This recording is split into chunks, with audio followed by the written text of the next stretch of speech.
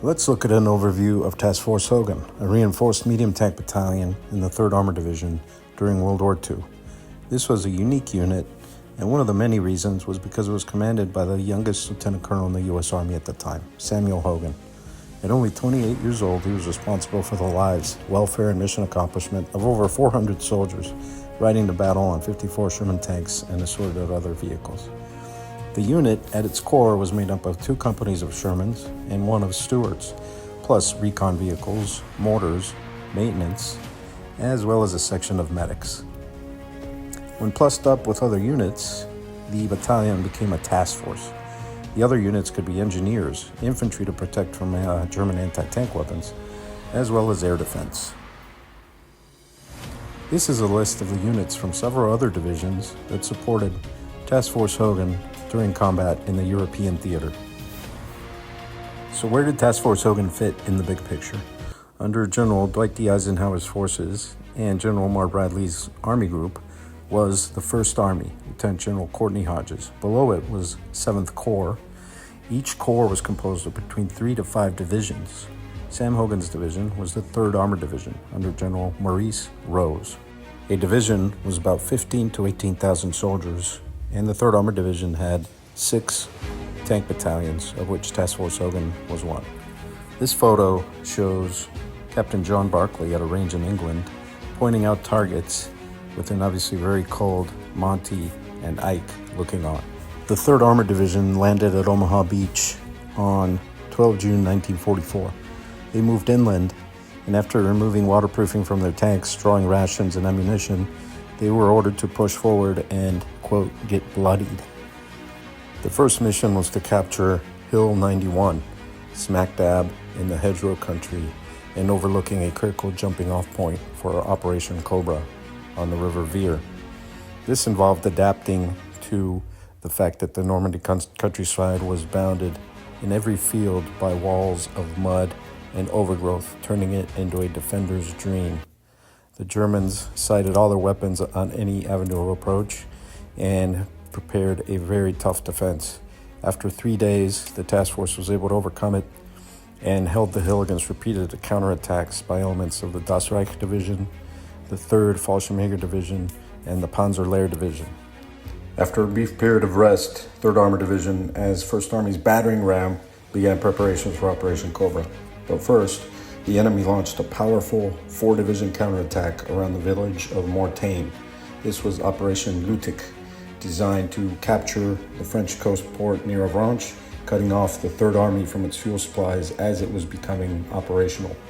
Without its 25,000 gallons of fuel needed to move on a daily basis, 3rd Army could have been easily destroyed by enemy Kampfgruppe.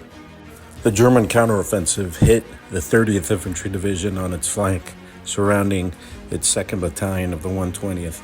Task Force Hogan was attached to the 30th Infantry Division and began an attack to break the circle. Against them were heavily entrenched German forces equipped with Panzerfausts, and those created heavy casualties. The attack was stopped. However, several soldiers were lost, including popular H Company commander Lieutenant Ed Ray, who was posthumously awarded the Silver Star for bravery when he went back to a stricken tank to rescue his fellow crewmen. Additionally, the entire unit was awarded the Presidential Unit Citation for this action. After the battle, the Germans, with several of their premier units battered and beaten, began a retreat from the coast. A noose began to close on the German 7th Army as the Anglo-Canadians finally broke out south of Caen, and the 1st Army raced south and west. 3rd Armored Division, hot on the trail of the Germans, began a series of moving engagements with the retreating forces. General Omar Bradley, commander of the 12th Army Group, saw an opportunity rarely afforded a military commander to conduct a double envelopment of an enemy, resulting in the kill or capture of large units of their troops. Task Force Hogan did their part in closing up the pocket near the village of Écouché. To Task Force Hogan's northeast, there was fierce fighting to keep the door open as the remnants of 24 German divisions, approximately 200,000 men, crossed the Seine to safety. Despite not accomplishing a total envelopment, the Allies destroyed large numbers of enemy equipment and inflicted about 50,000 captured, killed, or wounded on the Germans. Additionally, large amounts of equipment and supplies were destroyed. Hot on the heels of the fleeing Germans, the Allies began their move towards the Belgian border, liberating towns and villages on their way. Thus began a period of plan, attack, and repeat for Task Force Hogan that was only paused when they were forced to wait for fuel and ammunition or to repair their vehicles. Hogan, flying a Texas flag from his tank, made history, and to French townspeople's questions, he replied that it was the flag of the free Americans. On they moved, liberating towns as they crossed through into the Belgian border and were received to wild acclaim from the townspeople. The soldiers took the celebrations in happily, but with the grim knowledge that ahead lay Germany and its fortifications of the Siegfried Line. After liberating Liège, they crossed into Germany proper, the first units to do so, taking on obstacles, pillboxes, and minefields of the West Wall. Engineers helped breach the belts of Dragon's Teeth and other obstacles. However, the fortifications were thinly held, as many of the German soldiers that should have been inside had been killed or captured in the Mons and Falaise Pockets. Next, there were heavy battles for the industrial towns around Stolberg, the gateway to the Ruhr and the first major German city in their path, the ancient imperial capital of Aachen. Before the Americans could concentrate on Aachen, the German army counterattacked west of Stolberg with units brought in from the Eastern Front. The 12th Infantry Division, supported by 2 companies of Panthers from the 9th Panzer Division. Striking a zone of Spearhead's 36th Infantry Regiment, they advanced quickly as the recent replacements of the 36th were pushed back with losses and abandonment of weapons. Major General Maurice Rose was fuming mad and ordered Task Forces Hogan and Lovelady to take back the ground and the weapons. Task Force Hogan was augmented by experienced infantrymen of the 1st Battalion, 26th Infantry Regiment, 1st Infantry Division, Major Fred Adams commanding. The Germans set up defensive positions centered on the mining settlement of Diepenlinken. Panther tanks and infantry entrenched on high ground resisted the American attacks for 2 days. Major Adams' infantry, down to 60% strength, and Hogan's tanks down by half as well, exchanged artillery fire with the entrenched enemy. A bold plan was needed to break the stalemate. On the morning of September 20th, Task Force Hogan attacked at dawn without the customary preparatory artillery barrage and strafing attacks. Instead, Adams' soldiers conducted a bayonet charge that surprised the defending Germans in their foxholes. The mission was accomplished yet again, but the cost was steep. Over a dozen men killed or wounded, and popular H Company Commander Lieutenant Jake Seitz killed in action after his tank was hit approaching the slag pile. He was 26 years old. Now the city of Aachen needed to be captured. A symbolic city for the Third Reich, the city was also the gateway to the Rhine as it lay on the way to Cologne and the river itself. On October 17, 1944, Task Force Hogan was attached to 1st Infantry Division for the final assault on Aachen. Task Force Hogan supported the 26th Infantry grunts as they advanced, taking the high ground overlooking the Quellenhof Hotel, the German headquarters of the Aachen garrison.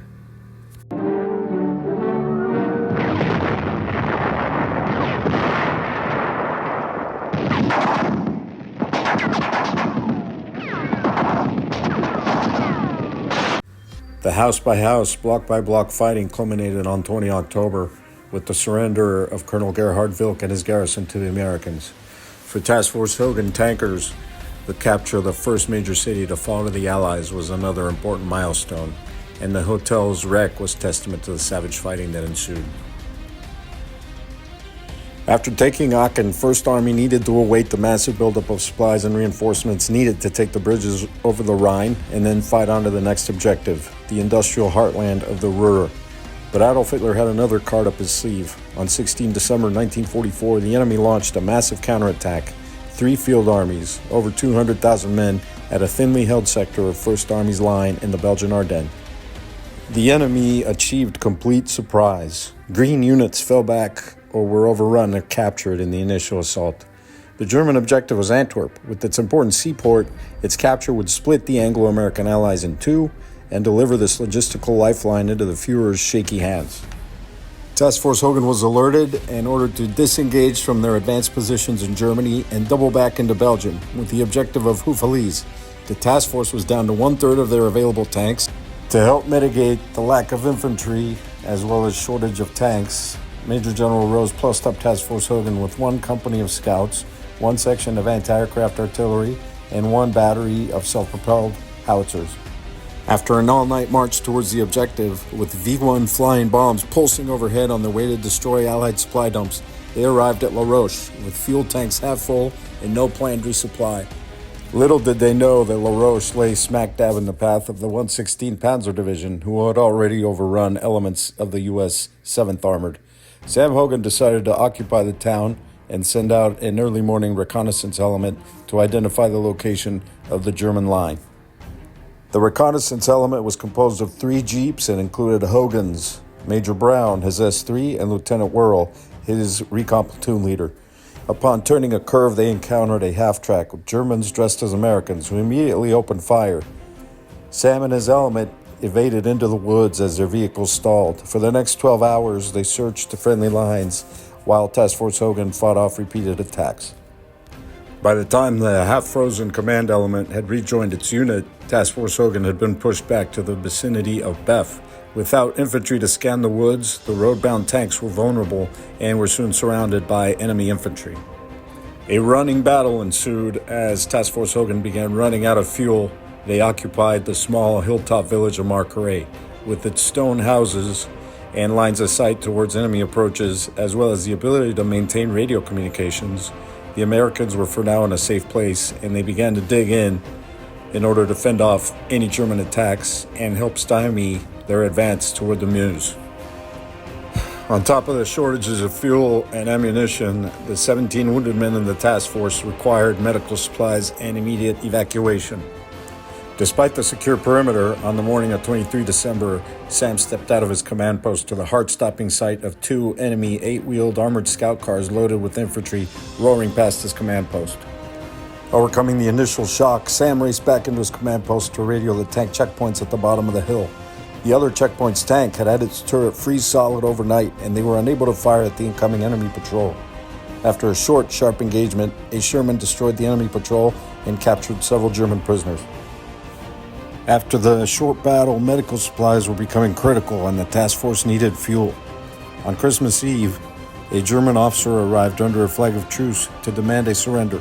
Sam Hogan, dragging on cigarettes, calmly declined, stating that he had orders to fight to the death.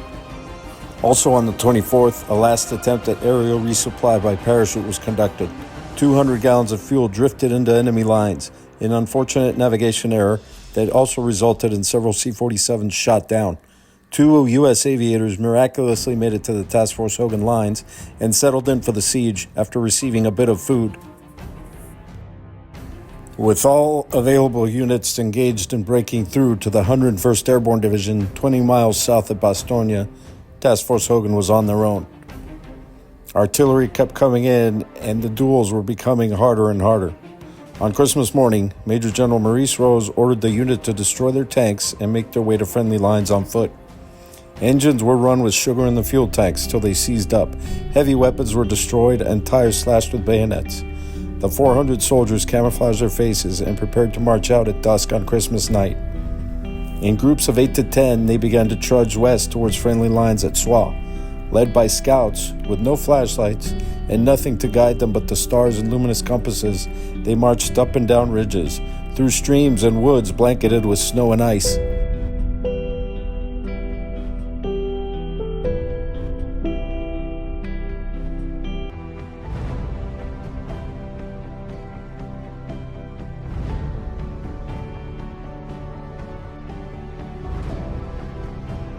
At 3 a.m., Scout Sergeant Lee Porter froze as a German sentry called out a challenge.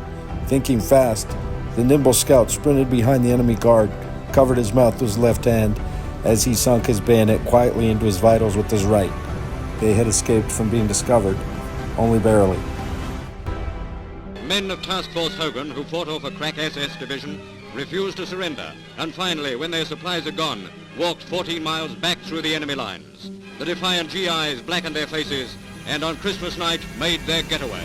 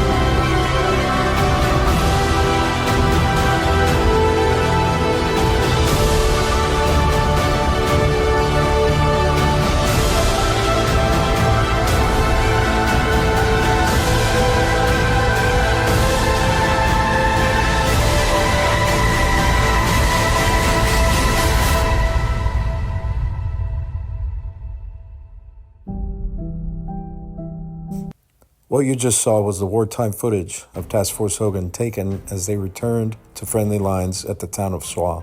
Major General Maurice Rose and Sam Hogan exchanged at the end. When the general asked Sam why he was the last man out, the latter replied, "My feet hurt." As for Staff Sergeant Lee Porter, the scout on point that took out the sentry, he received the British Military Medal for Gallantry from Field Marshal Bernard Montgomery himself. As for the Task Force Hogan wounded, they attempted to move out in the early morning under the flag of the Red Cross. Captain Louis Spiegelman and Staff Sergeant Ryan Kuderka insisted on staying behind with them. They were all taken prisoner and survived the war. So is this the end of the Task Force Hogan story? Not by a long shot. Within a week, they received new tanks and equipment and went on the offensive to push back the Bulge. Interested in this content? Go ahead and follow, comment, and share. Now we go back into Germany as Task Force Hogan continues its onslaught towards Berlin. As part of 3rd Armored Division, Task Force Hogan was one of the first units to employ the new M26 Pershing, adding one per company to lead all attacks as they pushed deeper into Germany. In mid-February, the command received another mission, seize a crossing over the River Erft, a tributary of the Rhine that was used to channel part of the mighty river. A German release of the valves controlling the Erft could flood large parts of the Ruhr Plain, resulting in major delays like the British had experienced when the enemy flooded the Dutch Low Country around Arnhem. Hogan and his fellow battalion commander, Lieutenant Colonel Walter Richardson, both Texans, were buddies that had had a friendly rivalry since the days of training in the United States. General Rose encouraged this friendly competition by offering a case of scotch to the first commander to get troops across the Erft. The race was on. After heavy combat, Sam got infantry across the footbridge, but Rich Richardson got tanks across the following day. Spearhead being an armored division, Sam decided to split the case with his friend. Their respective staffs got to enjoy a well-deserved nip as they headed across the Rhine near Bad Honnef on 21 March 1945. After helping take Cologne, Spearhead received another daunting mission to capture the German Army's tank training center at Paderborn, deep inside Germany. To get there, Spearhead would need to march 90 miles in a single day, the longest distance ever in an armed conflict in modern history. Task Force Hogan provided the flank screen for this operation, and Sam was awarded the Bronze Star for his leadership in this historic achievement. The ensuing battle at Paderborn was a costly one where Spearhead took heavy casualties in hard-fought battles against German tank experts, riding in the best armed and armored tanks of the war, the Tiger I and Tiger II.